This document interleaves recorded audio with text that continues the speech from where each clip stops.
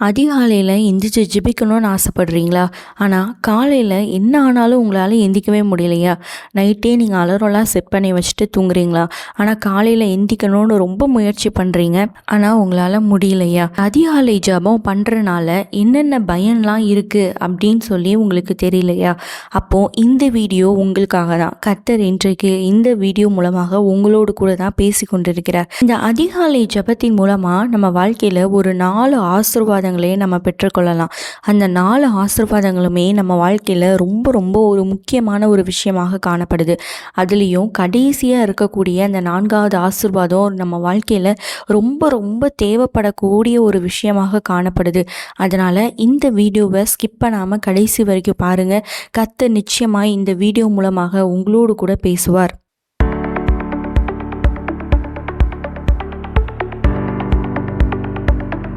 இப்போ நம்ம ஒரு வசனம் வாசிக்கலாம்.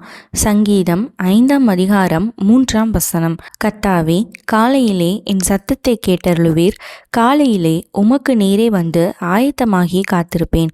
ஆண்டவருடைய சத்தத்தை நான் கேட்கணும், ஆண்டவருடைய குரலை கேட்கணும் அப்படின்னு சொல்லிட்டு நம்ம எல்லாருக்குமே ஒரு ஆசை எப்போவுமே இருந்துக்கிட்டே இருக்கும். இது வசனத்தில் பார்த்தீங்க அப்படின்னா, காலையிலே என் சத்தத்தை கேட்டருளுவீர் அப்படின்னு சொல்லி இருக்கும். ஆமாங்க, நம்ம அதிகாலை நம்ம ஜெபம் செய்கிறது மூலமாக நமக்கு கிடைக்கக்கூடிய ஒரு அற்புதமான ஒரு ஸ்பெஷலான ஒரு கிஃப்ட். அது என்னன்னு பார்த்தீங்க அப்படின்னா, நம்மளுடைய சத்தத்தை ஆண்டவர் அப்படியே கேட்டருளுவாராம். அப்போது ஆண்டவருடைய சத்தத்தையும் நம்ம அதிகாலையில் அதிகமாக நம்மளால் கேட்க முடியும். ஆனால் இதற்கு நம்ம ஒரு விஷயம் பண்ணணும். அது என்னன்னு பார்த்தீங்கன்னா, அது கீழேயே இருக்குது பாருங்கள். அதிகாலையிலே உமக்கு நேரே வந்து ஆயத்தமாகி காத்திருப்பேன். இதில் நிறைய பேர் நம்ம இந்த விஷயத்தில் தான் நம்ம தவறிடுவோம். நிறைய டைம் நம்ம அதிகாலையில் எந்திரிச்சு ஜெபிக்கிறோம் அப்படின்னு சொல்லிட்டு எந்திரிச்சு நம்ம பெட்டில் உட்காந்துட்டே நம்ம அப்படியே வந்து ஜெபம் பண்ணுவோம். ப்ரஷ் பண்ண மாட்டோம், ஃபேஸ் வாஷ் பண்ணாமல் அப்படியே நம்ம உட்காந்து ஜெபம் பண்ணுவோம். சில டைம் நம்ம படுத்துக்கிட்டே வந்து நம்ம ஜெபம் பண்ணுவோம்னு சொல்லிட்டு படுத்துக்கிட்டே நம்ம ஜெபம் பண்ணுவோம். பெட்டு ஏரியா கிட்டேயே நம்ம இருந்து நம்ம வந்து ஜெபம் பண்ணுவோம். இது எல்லாமே என்னதுன்னா நம்ம செய்யக்கூடிய ஒரு தவறான ஒரு காரியம். ஏன்னா இந்த வசனத்தில் பாருங்கள், உமக்கு நேரே வந்து ஆயத்தமாகி காத்திருப்பேன். இப்போது நம்ம வெளியே ஏதாவது ஒரு கெஸ்ட்டை மீட் பண்ண போகிறீங்க, இல்லை வெளியே ஏதாவது ஒரு இடத்துக்கு யாரையாவது மீட் பண்ண போகிறீங்க அப்படின்னா நம்ம என்ன பண்ணுவோம்? அப்படியே நம்ம பெட்லேயே இருக்க மாட்டோம் தானே. நம்ம எந்திரிச்சு நம்ம ரெடி ஆகி கொஞ்சம் நம்மளை ஃப்ரெஷ்ஷப் பண்ணிவிட்டு வெளியே போயிட்டு அடுத்தவங்களை மீட் பண்ணுறது பேசுகிறதே நம்ம பண்ணுவோம். அப்படி இருக்கும்போது நம்ம அப்பாவாகிய இயேசுவை நம்ம மீட் பண்ணுறப்போ நம்ம பெட்லேயே இருந்து ப்ரேயர் பண்ணுறதோ, படுத்துக்கிட்டே ப்ரேயர் பண்ணுறதோ, இந்த மாதிரி காரியங்கள்லாம் நம்ம செய்யாமல் நம்ம ஃப்ரெஷ்ஷப் ஆகிட்டு அதுக்குன்னு தனியாக ஒரு இடத்துல வந்து நம்ம அமர்ந்து பயபக்தியோடு நம்ம ஜெபிக்கும் போது தான் நம்மளுடைய சத்தத்தை ஆண்டவர் கேட்பார். ஆண்டவருடைய சத்தத்தை நம்மளால் கேட்க முடியும். ஏன்னா அதிகாலையில் எல்லாருமே தூங்கிட்டு இருப்பாங்க. அப்போ அந்த டைமில் உங்கள் தூக்கத்தை விட ஆண்டவர் தான் முக்கியம் அப்படின்னு சொல்லி நம்ம அதிகாலையில் எந்திரிச்சு அவருடைய பாதத்தில் உட்காந்து, நீங்கள் என்கிட்ட பேசுங்கப்பா, இந்த நாளில் நான் எந்தெந்த காரியத்தெல்லாம் செய்யணும்னு நீங்கள் என்கிட்ட பேசுங்கப்பா அப்படின்னு சொல்லி நம்ம ஆண்டவர்கிட்ட கேட்கும் போது அதற்கான ஒரு பதிலை தேவன் நமக்கு அதிகாலையில் கொடுப்பார். அப்போது அதிகாலை ஜெபம்ன்றது ஆண்டவருக்கும் நமக்குமான ஒரு உறவை ரொம்ப ஒரு ஸ்ட்ராங்கஸ்டான ஒரு உறவாக மாற்றி கொடுக்கக்கூடியதாக காணப்படுது. எப்படி ஒரு ஃப்ரெண்டு 2 பேரும் பேசிப்பாங்களோ அதே போல் அதிகாலையில் நம்ம எந்திரிச்சு ஜெபிக்கும் போது ஆண்டவரும் நம்மளும் பேசுவதற்கான அந்த ஒரு வாய்ப்பு வந்து நமக்கு கிடைக்கும். இப்போது அதிகாலையில் நம்ம எந்திரிச்சு ஜெபிக்கிறதுனால நம்ம வாழ்க்கையில் ஒரு 4 ஆசீர்வாதங்களே தேவன் தருகிறார். இந்த 4 ஆசீர்வாதங்களுமே நம்மளுடைய வாழ்க்கையில் ரொம்ப ஒரு முக்கியமான ஒரு விஷயமாக காணப்படுது. நம்மளுடைய ஸ்பிரிச்சுவல் லைஃப்லேயும் சரி, உலகத்தில் இருக்கக்கூடிய காரியங்கள்லையும் சரி, எல்லாவற்றிலுமே இந்த 4 ஆசீர்வாதங்கள் நம்ம வாழ்க்கையில் ரொம்ப ஒரு முக்கியமான ஒரு விஷயமாக காணப்படுது. அதுலேயும் கடைசி இருக்கக்கூடிய அந்த ஒரு ஆசீர்வாதம் ரொம்ப ரொம்ப நம்ம வாழ்க்கைக்கு தேவையான முக்கியமான ஒரு ஆசீர்வாதமாக காணப்படுது. முதலாவது ஆசீர்வாதம் என்ன அப்படி பார்த்தீங்கன்னா, தடைப்பட்ட ஆசீர்வாதத்தை நம்மளால் அதிகாலை ஜெபத்தின் மூலமாக சுதந்திரித்து கொள்ள முடியும். திருமண காரியங்கள் உங்கள் வாழ்க்கையில் ரொம்ப நாளாக தடைபட்டு கொண்டே இருக்கலாம். கர்ப்பத்தின் கண்ணீர் ரொம்ப நாள் உங்கள் வாழ்க்கையில் தடைப்பட்டு கொண்டே இருக்கலாம். வேலைக்காக நீங்கள் அநேக நாட்களாக முயற்சி செய்தும் அது உங்களுக்கு கிடைக்காம அந்த காரியம் அப்படியே தடைபட்டு கொண்டே போய்கொண்டே இருக்கலாம். இப்படி நம்ம வாழ்க்கையில் தடைப்பட்டு கொண்டு இருக்கக்கூடிய ஆசீர்வாதங்கள் எல்லாவற்றையுமே நம்மளால் அதிகாலை ஜெபத்தில் ஈஸியாக நம்மளால் சுதந்திரித்து கொள்ள முடியும். இப்போ நம்ம ஒரு வசனம் வாசிக்கலாம். மார்க்கு 1ஆம் அதிகாரம் 35ஆம் வசனம். அவர் அதிகாலையில் இருட்டோடு எழுந்து புறப்பட்டு வனாந்தரமான ஓரிடத்திற்கு போய் அங்கே ஜெபம் பண்ணினார். இதில் பார்த்தீங்க அப்படின்னா ஏசப்பா காலையிலே எந்திரிச்சு இருட்டோடே எழுந்து அவர் வனாந்தரமான ஒரு தனியான ஒரு இடத்த பார்த்து அந்த இடத்துல அவர் ஜெபம் பண்ணுறதுக்காக போகிறார். இதில் நம்ம பார்த்தோம் அப்படின்னா நம்ம அதிகாலையில் நம்ம ஜெபிக்கும் போது இருட்டோடே எழுந்து நம்ம யாருமே இல்லாமல் ஒரு தனியாக நமக்குன்னு ஒரு இடத்த ஃபிக்ஸ் பண்ணிவிட்டு அந்த இடத்துல போய் நம்ம அதிகாலையில் நம்ம ஜெபிக்கும் போது நம்ம வாழ்க்கையில் தடைப்பட்டதான ஒரு ஆசீர்வாதங்களை நம்ம பெற்றுக்கொள்ளலாம். எப்படி நம்ம தடைப்பட்ட ஆசீர்வாதங்களை நம்ம பெற்றுக்கொள்ளலாம் அப்படின்னு சொல்லி நீங்கள் பார்த்தீங்க அப்படின்னா நமக்கு ஒரு டைரக்ஷன் கிடைக்கும். அதாவது அதிகாலையில் நம்ம எந்திரிச்சு ஜெபிக்கும் போது அப்பா என் வாழ்க்கையில் இப்போ இந்த வேலை காரியத்தில் இவ்வளோ பிரச்சனை இருக்கே சப்பா, நான் நிறைய ட்ரை பண்ணுறேன், ஆனாலும் எனக்கு இந்த வேலை காரியம் கைகூடி வர மாட்டேங்குது, கற்பத்தின் கனி அந்த ஆசீர்வாதத்தை நான் சுதந்திரித்து கொள்ள முடியல, திருமண தடைகளாக காணப்படுது, வீடு கட்ட முடியல, இந்த பிஸ்னஸை நான் எப்படி ரன் பண்ணுறதுன்னு எனக்கு தெரியல அப்படின்னு சொல்லி இது எல்லாமே என் வாழ்க்கையில் தடைப்பட்டதாக காணப்படுது அப்பா, இது எல்லாத்தையும் நான் எப்படி சுதந்திரித்து கொள்வது அப்படின்னு சொல்லி நீங்கள் அதிகாலையில் நீங்கள் எந்திரிச்சு ஜெபிக்கும் போது ஆண்டவர் உங்களுக்கு வழிகாட்டுவார். நீ இந்தந்த பாதையில் செல்லு, இந்தந்த காரியங்கள்லாம் உன் வாழ்க்கையிலிருந்து நீ மாற்றிக்கோ, இதெல்லாம் நீ பண்ணுன அப்படின்னா இந்த ஆசீர்வாதத்தை நீ பெற்றுக்கொள்ளலாம் அப்படின்னு சொல்லி காலையில் ஆண்டவர் நமக்கு ஒரு வழியை காட்டுவார். அதன் மூலமாக நம்ம அதிகாலையில் ஈஸியாக அந்த தடைப்பட்டு இருக்கக்கூடிய ஆசீர்வாதங்கள் எல்லாவற்றையும் நம்ம சுதந்திரித்து கொள்றதான அந்த ஒரு பிளெஸ்ஸிங்கை தேவன் நமக்கு தருவார். ரெண்டாவதாக பார்த்தீங்க அப்படின்னா கட்டுகள் உடைக்கப்படக்கூடிய அந்த ஒரு ஆசீர்வாதத்தை தேவன் நமக்கு இந்த அதிகாலை ஜெபத்தின் மூலமாக தருவார். பலவீனம் என்று சொல்லக்கூடிய ஒரு கட்டினால் நீங்கள் சூழ்ந்திருக்கலாம். நான் நிறைய மெடிசன் எடுக்கிறேன், ஹாஸ்பிட்டல் போகிறேன், நிறைய காரியங்கள் செய்கிறேன், ஆனாலும் எனக்கு இந்த பலவீனங்கள் திரும்ப திரும்ப எனக்கு வந்துக்கிட்டே இருக்க, இந்த பலவீனத்தை நான் எப்படி மேற்கொள்வதுனே எனக்கு தெரியல அப்படின்னு சொல்லி நம்ம யோசிக்கலாம். அது ஒரு கட்டு. அந்த கட்டிலிருந்து நம்ம விடுதலை பெறணும் அப்படின்னு சொன்னால் இந்த அதிகாலை ஜெபம் ரொம்ப ஒரு முக்கியமான ஒரு விஷயமாக காணப்படுது. இந்த நாளில் நம்ம அதிகாலையில் நம்ம ஜெபிக்கும் போது தேவன் கட்டுகளை உடைக்கக்கூடிய அந்த ஒரு ஆசீர்வாதத்தை தேவன் உங்களுக்கு தரப்போகிறார். கட்டுகள் உடைக்கப்படணும் அப்படின்னா நம்ம அதிகாலையில் எந்திரிச்சு நம்ம எப்படி ஜெபிக்கணும் அப்படின்னு பார்த்தீங்கன்னா தேவனை துதிச்சு நம்ம ஜெபிக்கணும். தேவன் உங்களுடைய வாழ்க்கையில் தந்திருக்கக்கூடிய ஒவ்வொரு வாக்குத்தத்தங்களை சொல்லி நீங்கள் தேவனை அதிகாலையில் நம்ம ஜெபிக்கணும்.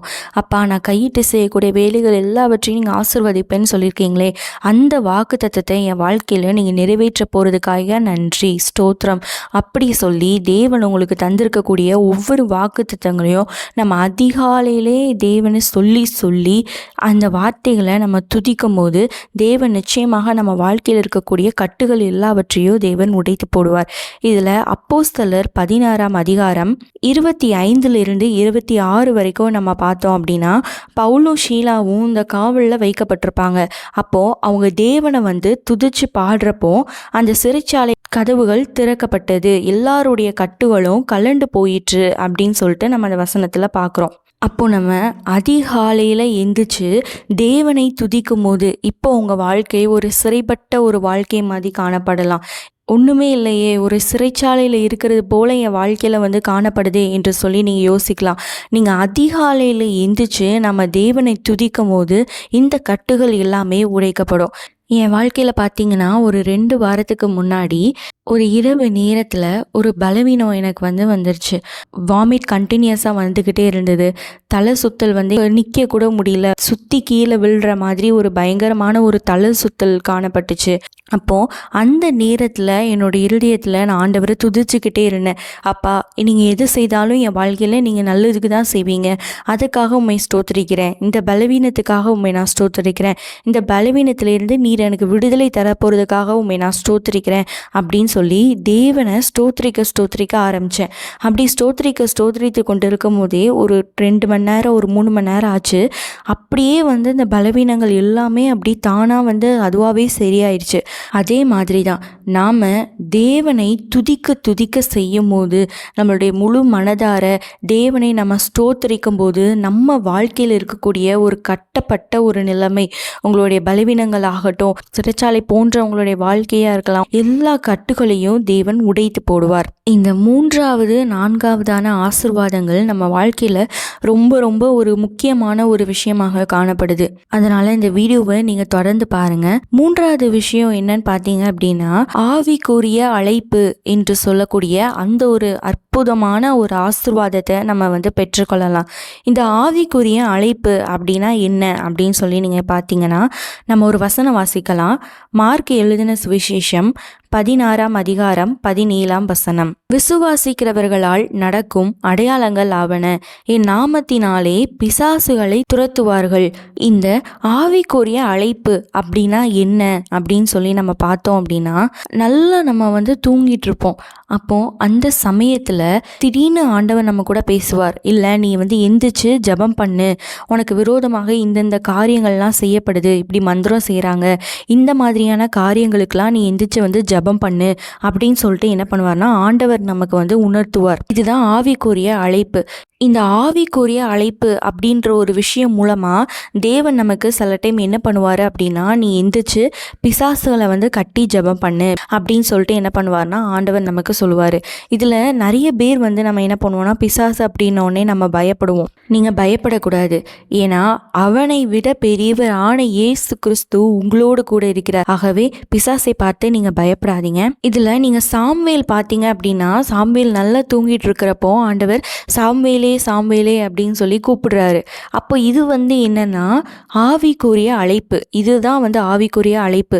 நம்ம அதிகாலையில் எந்திரிச்சு நம்ம தேவனோட டெய்லி நம்ம பேசி ஆண்டவருக்கும் நமக்குமான அந்த ஒரு உறவு ஸ்ட்ராங்காக கிரியேட் ஆச்சு அப்படின்னா, அப்போ தான் நமக்கு என்ன பண்ணுன்னா இந்த ஒரு ஆசீர்வாதத்தை தேவன் தருவார். ஆவிக்குரிய அழைப்பு அப்படின்னு சொல்லக்கூடிய இந்த ஒரு ஆசீர்வாதத்தை தேவன் நமக்கு தருவார். இது ஏன் நம்ம வாழ்க்கைக்கு ரொம்ப ஒரு முக்கியமான ஒரு விஷயமாக காணப்படுது அப்படின்னா, என் வாழ்க்கையில் நடந்த ஒரு சாட்சியை நான் சொல்கிறேன். ஒரு நாள் நைட்டு நான் நல்லா தூங்கிட்டு இருந்தேன். அப்போ திடீர்னு ஆண்டவர் நீ எந்திரிச்சு ஜெபம் பண்ணு, உங்கள் வீட்டு வாசலில் ஒரு மரண தூதுவர் நிற்கிறான், நீ எந்திரிச்சு ஜெபம் பண்ணு அப்படின்னு சொல்லிட்டு ஆண்டவர் சொன்னார். அப்போ ஆண்டவர் சொன்னார், நீ எந்திரிச்சு ஜெபம் பண்ணுறது நீ கடிந்து கொண்டு ஜெபம் பண்ணக்கூடாது, நீ ஸ்தோத்திரம் பண்ணி ஜெபம் பண்ணு அப்படின்னு சொல்லிட்டு ஆண்டவர் சொன்னார். அப்போ எந்திரிச்சு உட்காந்து நான் ஜெபம் பண்ணேன். அப்பா, நீங்கள் என் குடும்பத்தை கொடுத்திட்டே அதற்காக நன்றி, நல்ல ஒரு குடும்பத்தை கொடுத்துருக்கீங்க, அதற்காக உங்களுக்கு நன்றி அப்படின்னு சொல்லிட்டு நான் ஆண்டவரை ஸ்தோத்திரித்தேன். எங்கள் எல்லாருடைய ஜீவனும் நீங்கள் கொடுத்துருக்கீங்க, அதற்காக உமக்கு நன்றி. எங்களுடைய ஜீவனை எடுக்கிறதுக்கும் கொடுக்கறதுக்கும் உங்களுக்கு மாத்திரம்தான்ப்பா அதிகாரம் இருக்குது, அதற்காக நன்றி அப்படின்னு சொல்லி தேவனிடத்தில் நான் ஸ்தோத்திரம் பண்ணிக்கிட்டே இருந்தேன். ஒரு ரொம்ப நேரம், ஒரு அரை மணி நேரம் கிட்ட நான் ஸ்தோத்திரம் பண்ணிக்கிட்டே இருந்தேன். அதுக்கப்புறம் என்னோட இருதயத்தில் ஒரு சமாதானம் வந்தது. அதுக்கப்புறம் நான் ப்ரேயர் பண்ணிவிட்டு அப்படியே படுத்துட்டேன். அப்புறம் அடுத்து ஒரு 2 days ஆயிடுச்சு. 2 daysக்கு அப்புறம் எங்கள் அம்மா சொன்னாங்க, இந்த மாதிரி ஒரு 2 days முன்னாடி நைட்டு நேரத்தில் எனக்கு ரொம்ப ஒரு மாதிரி வந்துருச்சு, இந்த கையெல்லாம் லெஃப்ட் சைட் கையெல்லாம் ஒரு பயங்கரமான வலி, நெஞ்சுலாம் ஒரு மாதிரி பயங்கர வலியாக இருந்தது, அதனால் முடியவே இல்லைப்பா, அன்றைக்கி ஏதாவது நடந்துருமோன்னு நான் ரொம்ப பயந்துட்டேன் அப்படின்னு சொல்லி சொன்னாங்க. அப்போ தான் நானும் இந்த காரியத்தை சொன்னேன். இல்லைம்மா, எனக்கு நைட்டு நான் தூங்கிட்டு இருக்கிறப்போ எனக்கு இந்த மாதிரி ஆண்டவர் சொன்னார், நீ எந்திரிச்சு ஸ்தோத்திரம் பண்ணி ஜெபம் பண்ணு அப்படின்னு சொல்லி ஆண்டவர் எனக்கு சொன்னார்மா அப்படின்னு சொல்லிட்டு நான் சொன்னேன். அப்போ தான் ஆக்சுவலாக நாங்கள் எல்லாருமே உணர்ந்தோம், இந்த ஆவிக்குரிய அழைப்புன்றது எவ்வளோ பெரிய ஒரு ஆசீர்வாதம் அப்படின்றது. அந்த நேரத்தில் ஆண்டவர் நீ இதற்கு காரியத்துக்காக நீ ஜெபம் பண்ணு அப்படின்னு சொல்லி ஆண்டவர் சொல்லாமல் இருந்திருந்தா அன்னைக்கு எங்கள் குடும்பத்தில் எது வேணாலும் நடந்திருக்கலாம். ஆனால் அந்த ஒரு ஆசீர்வாதத்தை தேவன் எங்களுக்கு தந்தபடினால அந்த சூழ்நிலைகள் எல்லாவற்றிலும் இருந்து தேவன் எங்களை பாதுகாத்து கொண்டார். அதே மாதிரி நீங்களும் தொடர்ந்து அதிகாலையில் ஜெபிக்கும் போது இந்த ஆசீர்வாதத்தை நிச்சயமாக நீங்கள் சுதந்திரித்து கொள்ளலாம்.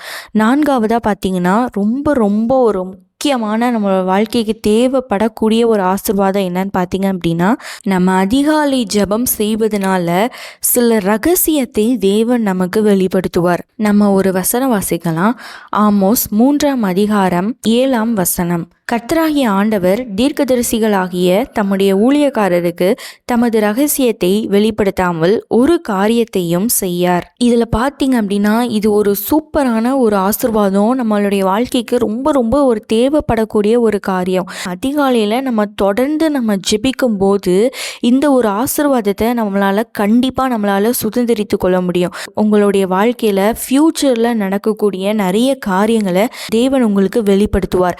அதுதான் இந்த ஒரு ரகசியத்தை தேவன் வெளிப்படுத்தக்கூடிய ஒரு ஆசீர்வாதம். உங்களுடைய வேலையில் ஒரு பிரச்சனை வரப்போகுது அப்படின்னா, நம்ம அதிகாலையில் எந்திரிச்சு தேவன்கிட்ட நம்ம ஜெபிக்கும் போது தேவன் நமக்கு இந்த காரியத்தை வெளிப்படுத்துவார்.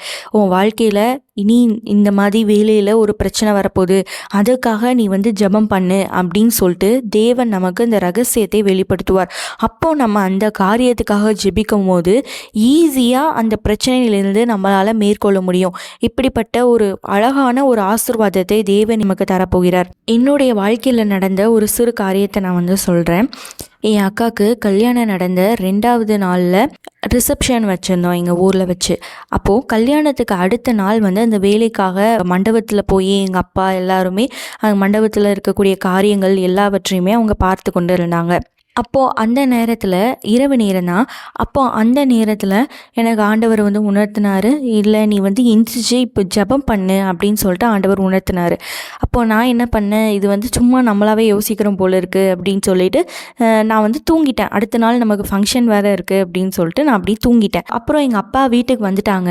வந்ததுக்கப்புறம் திரும்பியும் எனக்கு ஒரு ஆவியில் ஆண்டவர் உணர்த்துறாரு, இல்லை நீ எந்திரிச்சு ஜெபம் பண்ணு, உன் அப்பாவுக்கு விரோதமாக உன் அப்பாவோட உயிரை எடுக்கணும் அப்படின்னு சொல்லி சில மந்திரத்தை செய்கிறாங்க. அதனால் நீ எந்திரிச்சு நல்ல ஆவியில் நிறைஞ்சு அந்நிய பாஷையில் பேசி நீ ஜெபம் பண்ணு அப்படின்னு சொல்லிட்டு ஆண்டவர் உணர்த்தினார். முழங்கால் படியிட்டு எங்கள் அப்பாவுக்காக நல்ல ஆவியில் நிறைஞ்சு அந்நிய பாஷையோட தேவனிடத்தில் நான் ஜெபம் பண்ணேன். அப்பா, நீங்கள் கொடுத்த உயிரை யாராலையும் தொட முடியாது, நீங்கள் பாதுகாத்து கொள்ளுங்க அப்படின்னு சொல்லிட்டு நல்ல ஆவியில் நிறைஞ்சு ஜெபம் பண்ணி கொண்டு இருந்தேன். அப்போ எங்கள் அம்மா என்னப்பா ஆச்சு, ஏமா அப்படின்னு கேட்டாங்க. அப்போது இந்த மாதிரி ஆண்டவர் சொல்கிறாருமா, அதனால் நம்ம ஜெபம் பண்ணணும் அப்படின்னு சொன்னோடனே எங்கள் அம்மாவும் சேர்ந்து ஜெபம் பண்ணாங்க. அப்போ ரொம்ப நேரம், கிட்டத்தட்ட ஒரு 2 மணி நேரம் 2.5 மணி நேரம் கிட்ட நாங்கள் நல்லா ஜெபம் பண்ணோம். ஆவியில் நிறைஞ்சு நானும் எங்கள் அம்மாவும் நல்லா ஜெபம் பண்ணோம். அதுக்கப்புறம் ஒரு சமாதானம் என்னுடைய இருதயத்தில் காணப்பட்டுச்சு. அதுக்கப்புறம் ஆண்டவர் இந்த கிரியைகள் எல்லாவற்றையுமே அழித்து பாதுகாத்துட்டாரு. அந்த ஒரு ஃபீல் எனக்கு வந்தது. அடுத்த நாள் ஆயிடுச்சு. அந்த ஃபங்க்ஷனில் நாங்கள் இருக்கும் போது தான் எங்களுக்கு ஒரு செய்தி வந்தது. இந்த மாதிரி ஒருத்தங்க இறந்துட்டாங்க அப்படின்னு சொல்லிட்டு ஒரு செய்தி எங்களுக்கு வந்துருச்சு. ரொம்ப நாள் கழிச்சு தான் நாங்கள் அதை ரியலைஸ் பண்ணோம். அன்னைக்கு அந்த ஜெபத்தை பண்ணலை அப்படின்னா என்ன வேணாலும் நடந்திருக்கலாம் அப்படின்னு சொல்லிட்டு. ஆனால் அந்த நேரத்தில் ஆண்டவர், நீ எந்திரிச்சு ஜெபம் பண்ணு, உனக்கு விரோதமாக இப்படி மந்திரங்கள்லாம் செய்கிறாங்கன்ற அந்த ஒரு ரகசியத்தை வெளிப்படுத்தினால அன்னைக்கு நாங்கள் ஜெபிச்சு அந்த காரியத்தை நாங்கள் மேற்கொள்ள தேவன் எங்களுக்கு கிருபை கொடுத்தார். அதே மாதிரி தான் இந்த ரகசியம் அப்படின்னக்கூடிய அந்த 4வது ஆசீர்வாதம் உங்கள் வாழ்க்கையிலையும் ரொம்ப ரொம்ப ஒரு முக்கியமான ஒரு விஷயமாக காணப்படுது. அதனால் இனி நீங்கள் அதிகாலையில் எந்திரிச்சு நீங்கள் ஜெபிச்சு இந்த 4 ஆசீர்வாதங்களையும் நீங்கள் சுதந்திரித்து கொள்ள தேவன் உங்களுக்கு கிருபை செய்வாராக. இந்த வீடியோ உங்களுக்கு பிரயோஜனமாக இருக்கும் என்று சொல்லி நாங்கள் கர்த்தருக்குள்ளே விசுவாசிக்கிறோம். 4 ஆசீர்வாதங்களும் நீங்களும் பெற்றிருந்தீங்க அப்படின்னா அந்த அனுபவத்தை அதுக்கு கமெண்ட்ஸில் நீங்கள் ஷேர் பண்ணுங்கள். இல்லை எங்களுக்கு நீங்கள் வாட்ஸ்அப் பண்ணி தெரியப்படுத்துங்க. அது எங்களுக்கும் சரி, அதை பார்க்குற மற்றவங்களுக்கும் சரி அது ரொம்ப ஆசீர்வாதமானதாக காணப்படும். உங்களுக்கு ஏதாவது ப்ரேயர் ரெக்வஸ்ட் ஏதாவது இருந்தது அப்படின்னா ஸ்க்ரீனில் தெரியக்கூடிய இந்த வாட்ஸ்அப் நம்பருக்கு மெசேஜ் பண்ணுங்கள். இல்லைனா நீங்கள் வாய்ஸ் நோட் போடுங்க. நாங்கள் உங்களுக்காக தொடர்ந்து ஜெபிக்கிறதுக்கு அது எங்களுக்கு ரொம்ப பிரயோஜனமாக காணப்படும். மீண்டும் உங்களை இன்னொரு வீடியோவில் சந்திக்கிறோம். கர்த்தர் உங்களை ஆசீர்வதிப்பாராக.